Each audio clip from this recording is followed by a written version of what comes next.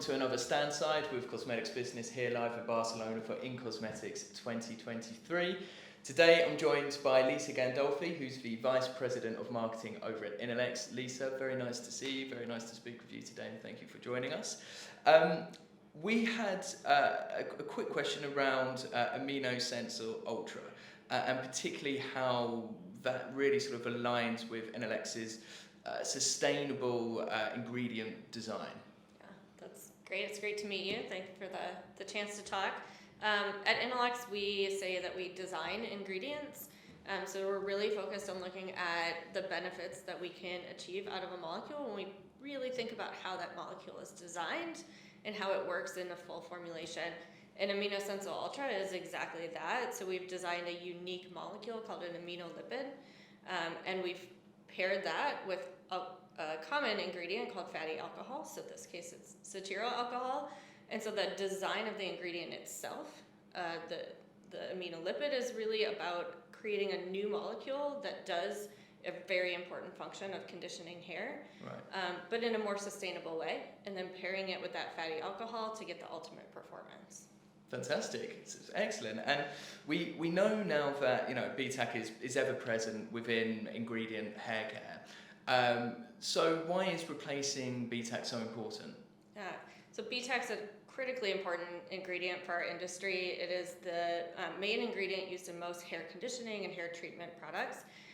As we look at sustainability holistically as an industry, there are some ingredients that aren't as sustainable as they could be, but the function is still really important for formulating and for getting consumers the performance that they want. And BTAC is one of those ingredients. So because of the way that the molecule is designed, BTAC, it is a permanent cationic charge, which causes aquatic toxicity issues. It also persists in the environment for longer than it should in order to be the most sustainable ingredient. It's also derived in part from petro-ingredients. So when we look at the future, and we need to look for something that can be sustainable and do the same job as BTAC. Fantastic. And in that case, how does Amino Sensor Ultra compare with other aminolipids out there currently? So the aminolipid platform from Inolex has been around since about 2014. With an Emulsins HC was our first product, and then Amino Sensor HC, which launched in 2019.